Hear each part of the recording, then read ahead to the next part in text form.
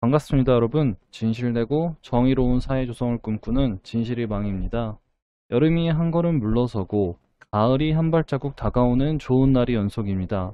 항상 시청자분들 건강관리 잘 하시길 바랍니다. 건강한 신체가 선행되어야 올바른 멘탈을 함양할 수 있으니까요. 근래 민주당과 국민의힘 측에서 경선을 위한 여러 토론회 등이 진행되며 점점 열기를 띠고 있습니다. 그만큼 대선이 다가옴을 의미하는데 오늘은 지난 4년 문재인 정부에 대해 알아보려고 합니다. 다양한 주제를 다루는 만큼 디테일보단 여러 정보에 방점을 뒀으니 참고해 주시고 시청해 주시면 감사하겠습니다. 첫 번째, 코로나 대응 관련입니다. 영상 2개 연달아 시청하겠습니다. 메르스 수포 전파자는 다름 아닌 정부 자신이었습니다. 정부의 불통, 무능, 무책임이 국민의 생명과 안전을 위태롭게 했고 민생 경제를 추락시켰습니다. 박근혜 대통령의 진심 어린 사과가 필요합니다. 사과할 것은 하고 협력을 구할 것은 구해야 합니다. 단계로 넘어가셨으면 합니다. 예, 이제 그러면 방역 관련 질문하실 분만 테마를 들어주시기 바랍니다. 방역은 너무 잘하니까 별로 질문이 없으신가요? 박근혜 정부 때 정부의 방역에 대해 강렬하게 비판했으나 현재 K-방역에 대한 굉장한 자부심을 가지고 있는 대통령의 모습입니다.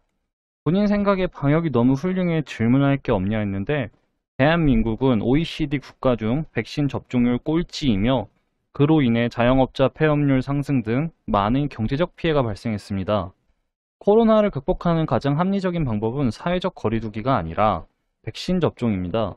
정부의 오판으로 백신 수급이 늦어졌고 우린 1년 6개월째 거리두기만 하고 있지만 델타 바이러스 등으로 인해 오늘 이 순간도 확진자가 1000여 명씩 나오고 있습니다. 백신 조기 수급에 실패해놓고 K-방역에 대해 자화자찬하며 자위하는 저 모습이 대한민국 대통령의 수준입니다. 두 번째, 문재인 국정 운영에 부정적이다라고 생각하는 사람들이 1등으로 꼽은 요인인 집값 상승 문제입니다. 이전 정권 대비 12배 빨리 서울 아파트 값이 올랐습니다. 정부는 시장 경제를 무시하고 어설픈 비전문가인 김현미 국토교통부 장관을 앞세워 갖은 부동산 대책을 수립하고 임대차 3법을 통해 부동산 정책을 박살냈습니다. 한 번도 경험해보지 못한 나라를 만든다고 했는데 한 번도 경험해보지 못한 전셋값을 달성했습니다. 2017년 대통령 취임사 영상을 보도록 하겠습니다. 문재인과 더불어민주당 정부에서 기회는 평등할 것입니다. 과정은 공정할 것입니다. 결과는 정의로울 것입니다.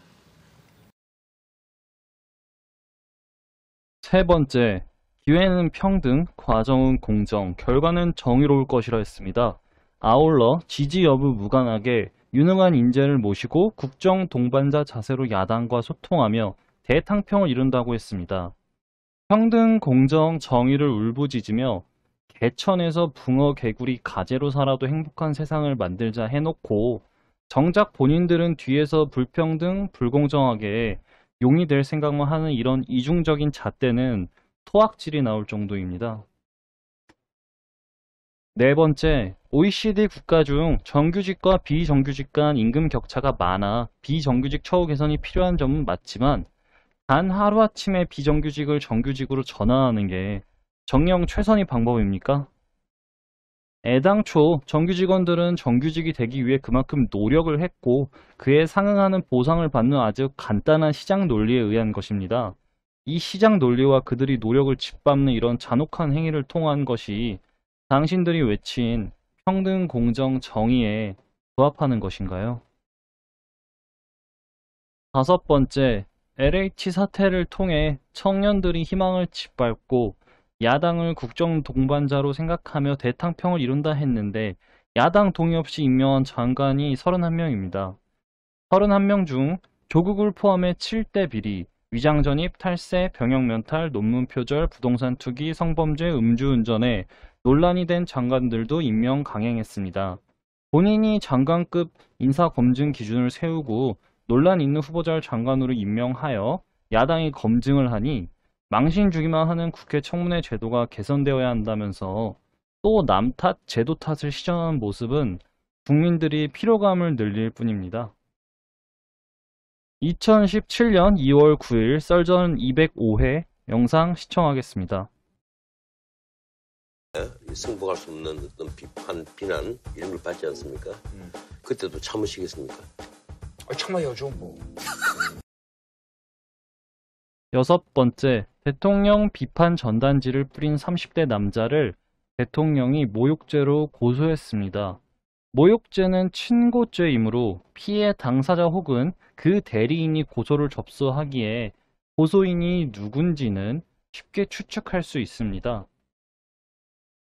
표창원의 박근혜 누드화, 과거 홍익표 민주당 원내대변인이 박근혜 대통령에게 귀태의 후손이라며 귀태란 비유적으로는 두려워하고 걱정함, 나쁜 마음, 태어나지 말았어야 할 사람이 태어남 등의 의미로 쓰입니다. 이 포스터 또한 21대 총선 즈음에 만들어진 자료입니다. 당시 미래통합당이 포스터 제작자를 고소했나요? 본인들이 하는 건 표현이 자유고 남이 나에게 하는 건 불법이고 잘못된 행위입니까? 국민의힘도 마찬가지이지만 사람들이 왜 민주당에게 더 피로감을 느낄까요? 도덕적 우월감에 빠져 자기네들이 선이고 옳고 잘못을 인정하지 않는 내로남불이 이중적인 태도 때문입니다. 대통령이 일개 시민을 고소하는 것이야말로 정말 좀스러운 대통령이지요. 일곱 번째, 고용보험, 건강보험기금은 적자 운영으로 인해 말라가고 있습니다. 참고로 고용보험료 인상은 1999년, 2011년, 2013년, 그리고 문재인 정부 시절인 2019년, 2021년, 즉 임기 내 고용보험료를 2번 올린 최초의 정부가 되었습니다. 문재인 케어에 의해 건강보험 적용 범위를 넓히고 코로나19 백신 구매 비용, 의료 인력 지원 수당 등으로 건보료를 써서 적자가 났고 불가피하게 건보료를 올렸다는데 그렇다면 왜 일본과 독일은 보험료율에 변화가 없을까요? 아울러 백신 구매 비용에 그렇게 많은 돈을 투자했다는데 우린 왜 아직까지 백신 확보가 타 국가에 비해 더딘 것일까요? 여러분, 고용보험료 및 건강보험료 적자로 기금이 바닥나면 이 부족분은 누가 감당할까요? 그 모든 부담은 미래 세대들에게 전가될 것이며 앞으로 우리의 월급에서 공제될 것입니다. 여덟 번째, 중산층은 파괴되고 집값은 천정부지로 뛰며 각종 세금 요율은 인상되며 취업은 어려우며 나라 부채가 천조에 이르니 당연히 아이를 갖는 게 부담이 됩니다. 우리나라는 OECD 국가 중 출산율 꼴찌에 가까운 스페인하고도 격차가 많이 벌어졌습니다. 최근 재난지원금 하위 88%, 상위 12%, 경기도는 100% 지급 등 많은 논란이 있는데 국민들에게 진정한 복지는 그게 아닙니다.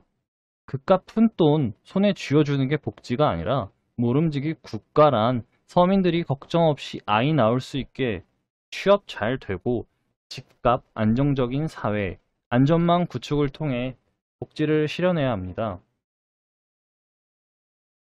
아홉 번째, 북한과의 관계입니다. 2018년 4월 27일 판문점 선언 이후 무엇이 달라졌습니까?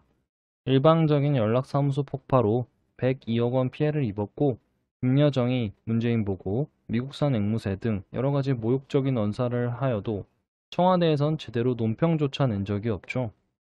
일개 시민이 포스터로 자기 비방할 때에는 번개같이 고소하시던 분이 왜 북한이 이러한 도발적 행위에 대해선 한마디조차도 못하는지 코미디도 이런 코미디가 없습니다.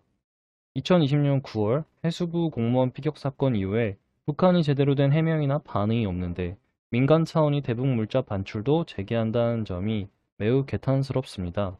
문재인은 작년에 진상조사를 직접 챙기겠다고 유가족들에게 편지를 썼으나 그게 전부였습니다.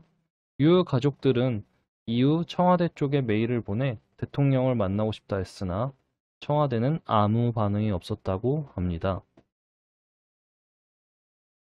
오늘은 문재인 정부에 관련하여 다뤄봤고, 저와는 또 다른 여러분이 다양한 의견 댓글로 적어주시면 감사하겠습니다.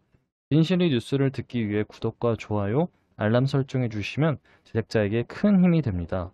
지금까지 진실이방이었습니다. 감사합니다.